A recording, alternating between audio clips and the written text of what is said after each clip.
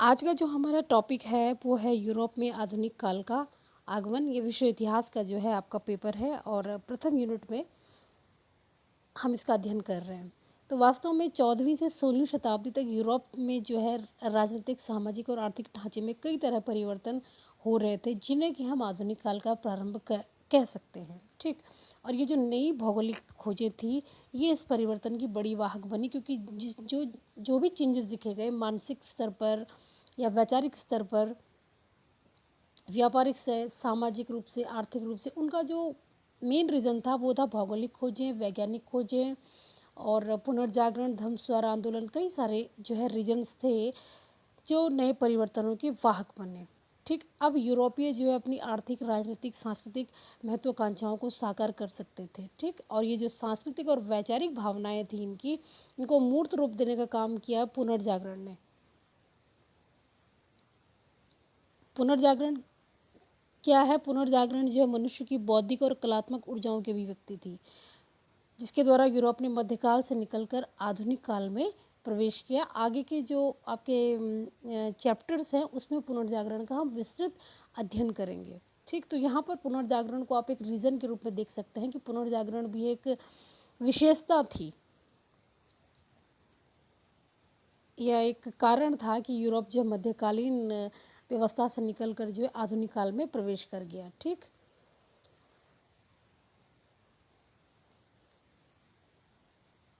देखिए बच्चों, जो मध्यकालीन यूरोप था उसकी जो एकता का आधार था वो धार्मिक था, लेकिन ये जो आधुनिक यूरोप हम जब देखते हैं तो इसकी एकता का आधार हमें राजनीतिक मिलेगा।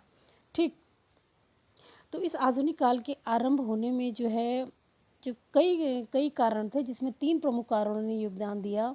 इसमें यूनानी विद्वान, साहित्यकार, दार्शनिक, कलाकार, जो कि बाइजेंटाइन साम्राज्य के टूटने पर इटली आए, जिससे यूरोप में पुनर्जागरण आरंभ होता है। सामंतवाद का समाप्त होना, उसके स्थान पर निरंकुश राजतंत्र की स्थापना होना और मध्ययुगीन जो गिल्ड प्रणाली थी उसके स्थान पर पूंजीवादी और स्वतंत्र प्रणाली की स्थापना होना।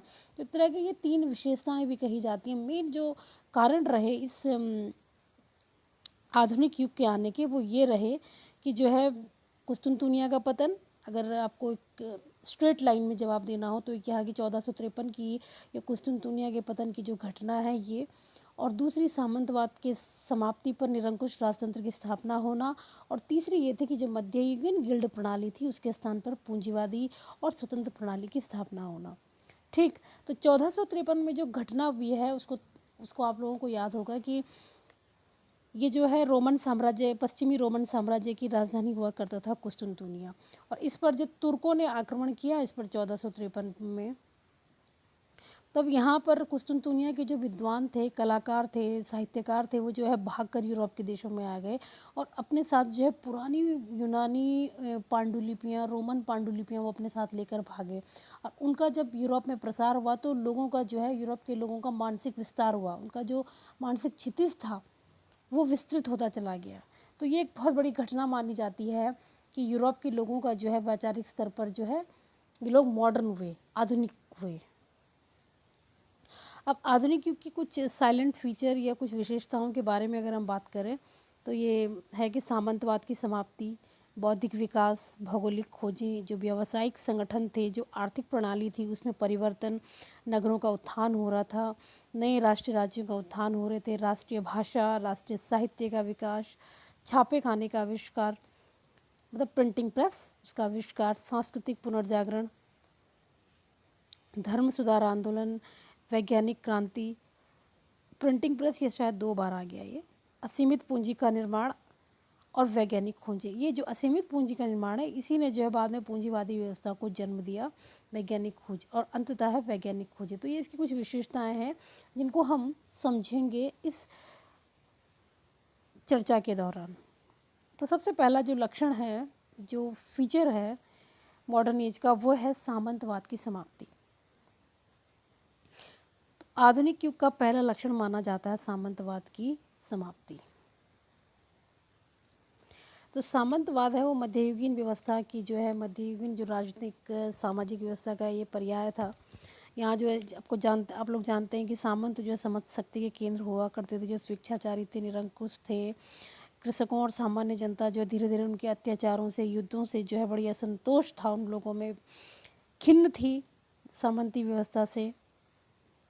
अब विकेंद्रीकरण की जब चरम सीमा थी वो सामंतवाद थी, जिससे अब प्रगति अवरुद्ध हो गई। मतलब विकेंद्रीकरण मतलब जहाँ जहाँ सामंत होते थे ये अपनी अपनी जो है सत्ता का दावा करते थे, कोई केंद्रीय शक्ति नहीं थी जो इन पर जो है कंट्रोल रखती। तो ये चरम पर पहुंच गया जब सामंतवाद, तो इनकी प्रगति जो है अवरुद्ध हो गई। ठीक, सामंतवाद में जड़ता आ गई। अतः व्यापार वाणिज्य के लिए व्यापारी वर्ग शांति चाहता था, सामंतों की दासा से कृषक भी मुक्ति चाहता है। अब राजा की सत्ता की स्थापना के समर्थक सभी लोग हो गए, चाहे वो राजा हों, कृषक हों, चाहे वो व्यापारी हों, कृषक हों। तो इन लोगों ने जो राजा को सपोर्ट करना शुरू कर दिया। तो ये जो सामंतवाद है इसका निरंकुश राजाओं के उत्थान से पतन हो गया और यूरोप जो है आधुनिकता की ओर बढ़ता हुआ हमें दिखाई देता है। ठीक, दूसरी चीज़ थी बौद्धिक विकास। बौद्धिक विकास में कई सारी चीज़ें आती हैं, जैसे प्रबोधन है, पुनर्जागरण है, वो सब जो है बौद्धिक विकास के अंतर्गत ही आती है। बौद्धिक विकास का मतलब है कि तर्कपूर्ण ज्ञान का विकास, रैशनल थिंकिंग, कि कोई बात अगर कही जा रही है तो आपको सिर्फ इसलिए नहीं स्वीकार करेंगे कि चर्च ऐसा कहता है, तो उसे कहते हैं रैशनल थिंकिंग। आप उसके पीछे के कारणों की खोज करेंगे। रैशनल थिंकिंग, तर्कपूर्ण ज्ञान का विकास जो है आधुनिक युग की प्रमुख विशेषता मानी जाती है। मध्य युग अंधविश्वास का युग था। समस्त ज्ञान और संस्कृति का स्रोत उस समय चर्च को माना जाता था। चर्च द्वारा जो दिया गया ज्ञान था वो अंधविश्वास के समान स्वीकार कर लिया जाता था। कोई चर्च के कानूनों पर, चर्च की बातों पर सवाल नहीं उठा सकता था। तो चर्च का प्रभाव उस समय जो साहित्य पे, भाषा पे, राजनीति पे, कानून पे, सभी पर था। तो धार्मिक साहित्य का पठन पाठन विश्वविद्यालयों में होता था। शिक्षा केंद्रों में मुख्य विषय जो है धार्मिक ही हुआ करते थे। तो अंधविश्वास परंपराओं का जो समस्त ज्ञान पर नियंत्रण था और वैचारिक वैचारिक स्वतंत्रता तो आपको थी ही नहीं। लेकिन आधुनिक युग का आरंभ होते ही स्थिति में परिवर्तन आता है। स्थानीय भाषाएं और स्थानीय साहित्य, इनका विकास होता है। तर्क तथा बुद्धि की स्वतंत्रता ने या बौद्धिक स्वतंत्रता ने जो है अंधविश्वास को समाप्त कर दिया।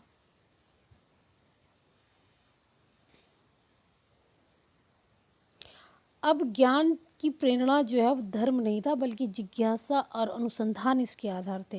मतलब अब ज्ञान वो नहीं था जो धर्म कहता है, बल्कि जिज्ञासा और अनुसंधान से जो चीज़ निकल कर बाहर आएगी वो ज्ञान था। तो इस तरह की जो है दृष्टिकोण जो है यूरोप के लोगों में आया, जो इन्हें आधुनिकता की ओर लेता चला गया। ठीक, तो इस समय हम देखते हैं कई सारे कोपरनिकस की खोजें हैं। कोपरनिकस ने पृथ्वी और सूर्य के बारे में जो घोषणाएं की, जो नियम दिए उन्होंने ग्रहों की गति के, इन सब से जो है लोगों में अंधविश्वास और चर्च की व्याख्याओं के प्रति जो है सवाल उठाना शुरू कर दिया।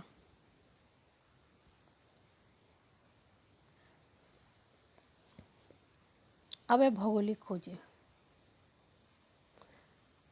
कि धर्म युद्धों में जब यूरोपीय सामंत और मध्य एशिया की नई शक्ति थी, ये अरबों से हारे तो इनका दम टूटता है यूरोपियों का। यूरोपियों से इनसे कब हारे? ये 1453 में। मैंने बताया आपको कि जब कुस्तुनतुनिया का पतन हुआ तो यूरोपियों को महसूस हुआ कि दुनिया के हर पहलू को समझना आवश्यक है। अरबों ने विशाल साम्राज्य का निर्माण किया था। 1453 में कुस्तुनतुनिया खोने के बाद जो है यूरोपीय व्यापारियों ने एक महत्वपूर्ण व्यापारिक मार्ग खो दिया, क्योंकि ये मार्ग जो है अब तुर्कों के हाथ में आ गया और वे इस मार्ग से भारी कर वसूलने लगे, जिसका हल ढूंढना कि आवश्यक था। अर्थात पूर्व से अगर आपको व्यापार करना है तो नए मार्ग की खोज करनी आवश्यक थी, और नए जो राष्ट्रीय राज्य थे वो भी इन्हें बढ़ावा दे रहे थे। ठीक, तो ये जो भौगोलिक खोजें हैं इनसे यूरोप वासियों का दृष्टिकोण विस्तृत हुआ और समस्त विश्व में जो है इनकी जो व्यापारिक प्रतिस्पर्धा है वो फैलने लगी। ठीक, व्यापार के साथ साथ उपनिवेशों की भी स्थापना हुई, जिसके फलस्वरूप साम्राज्यवाद का उदय हुआ, जो आधुनिक यूरोप की विशेषता है। तो ये जो भौगोलिक खोजें हैं ये एक साथ जो है कई कई तरह से जो है यूरोप वासियों को जो है इसने प्रभावित किया। एक तो जो है भौगोलिक खोजों से आगे हम देखते हैं उपनिवेशवाद का भी जन्म होता है, व्यापार वाणिज्य में भी वृद्धि होती है। ठीक, साम्राज्यवाद का भी उदय हुआ, उपनिवेशवाद का भी जन्म हुआ। तो एक साथ जो है भौगोलिक खोज जो है कई आधार पर जो है यूरोप को आधुनिकता की ओर ले गया। अब है व्यापारिक प्रणाली में परिवर्तन या अर्थव्यवस्था में भी कई तरह के परिवर्तन आ रहे थे। तो जो मध्ययुगीन यूरोप का आर्थिक जीवन का आधार जो ये गिल्ड प्रणाली होती थी, मतलब ये जो व्यापारियों के छोटे छोटे संगठन होते थे ना, उत्पादन और व्यापार का यही संचालन करती थी कि किन किन चीज़ों का प्रोडक्शन होगा, कौन कौन सी चीज़ें सेल की जाएंगी। तो ये सब जो फिक्स करती थी, ये गिल्ड करती थी। गिल्ड जो व्यापारियों के समूह होते थे। लेकिन इस ये गिल्ड प्रणाली थी, ये जो संस्थाएं थी, इनका क्षेत्र सीमित था, क्योंकि ये मैंने कहा ही कि व्यापारी वर्गों की जो है अपनी अपनी संस्थाएं होती थी। तो यूरोप के व्यापार में आधुनिक युग का आरंभ होते ही अभूतपूर्व वृद्धि हुई। अंतर्राष्ट्रीय व्यापार में भौगोलिक अनुसंधानों से भी वृद्धि होती है। अब दूर दूर के देशों से और उपनिवेशों से कच्चा माल लाया जाता था और बड़े पैमाने पर उत्पादन होता था, फिर उसका डिस्ट्रीब्यूशन भी होता था।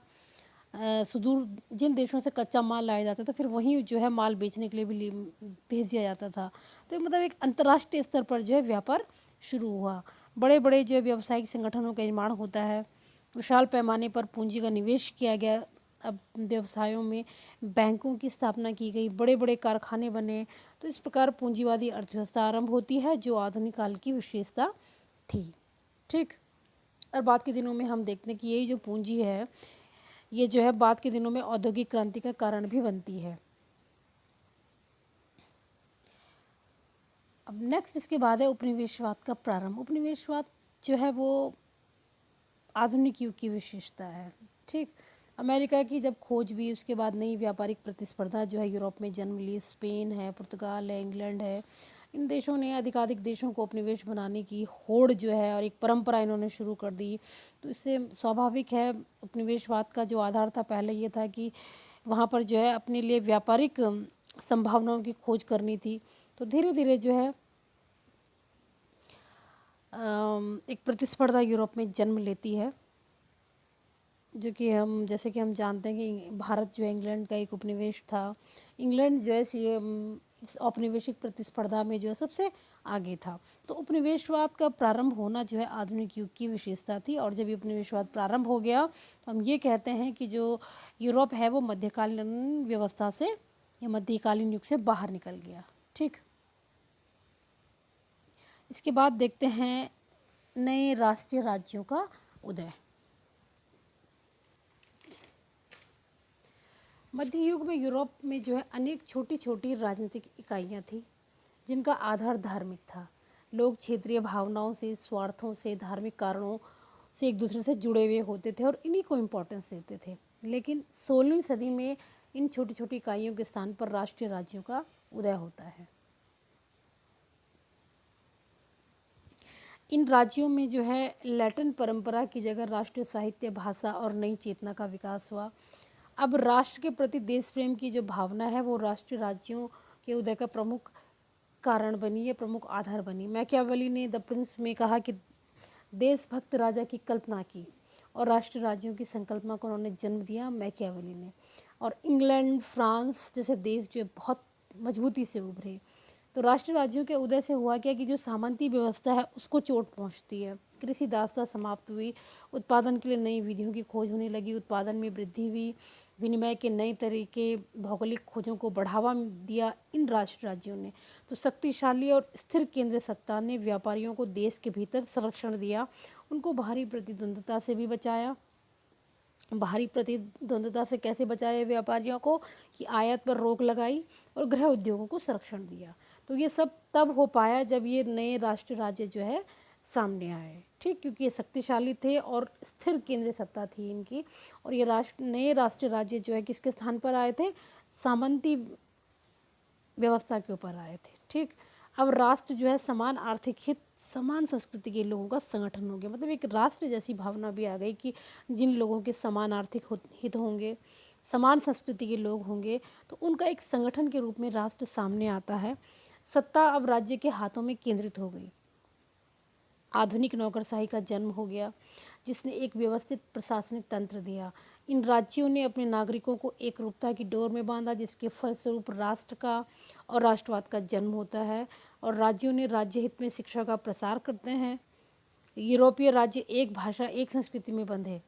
इस प्रकार हम देखते हैं कि यूरोप की जो राजनीतिक व्यवस्था है वो मध्यकालीन व्यवस्था से पृथक थी और आधुनिक हो गई थी। ठीक जैसे कि फ्रांस है तो वहाँ की फ्रेंच जो लोग फ्रेंच थे उनका बन गया फ्रांस, जो लोग ब्रिटिश जो लोग इंग्लिश थे वो उनका बन गया इंग्लैंड। तो इस तरह से जो एक भाषा एक संस्कृति से जो है लोग जुड़ते चले गए यूरोप में। ठीक, तो नए राष्ट्र राज्यों का उदय भी जो है एक विशेषता थी यूरोप के आधुनिक काल में आने की। ठीक, ये यूरोप में आधुनिक काल के आगमन की। आज हमने इन्हीं विशेषताओं पर चर्चा की। अन्य विशेषताओं के लिए जो है हम कल के लेक्चर में चर्चा करेंगे। आज के लिए इतना ही, धन्यवाद।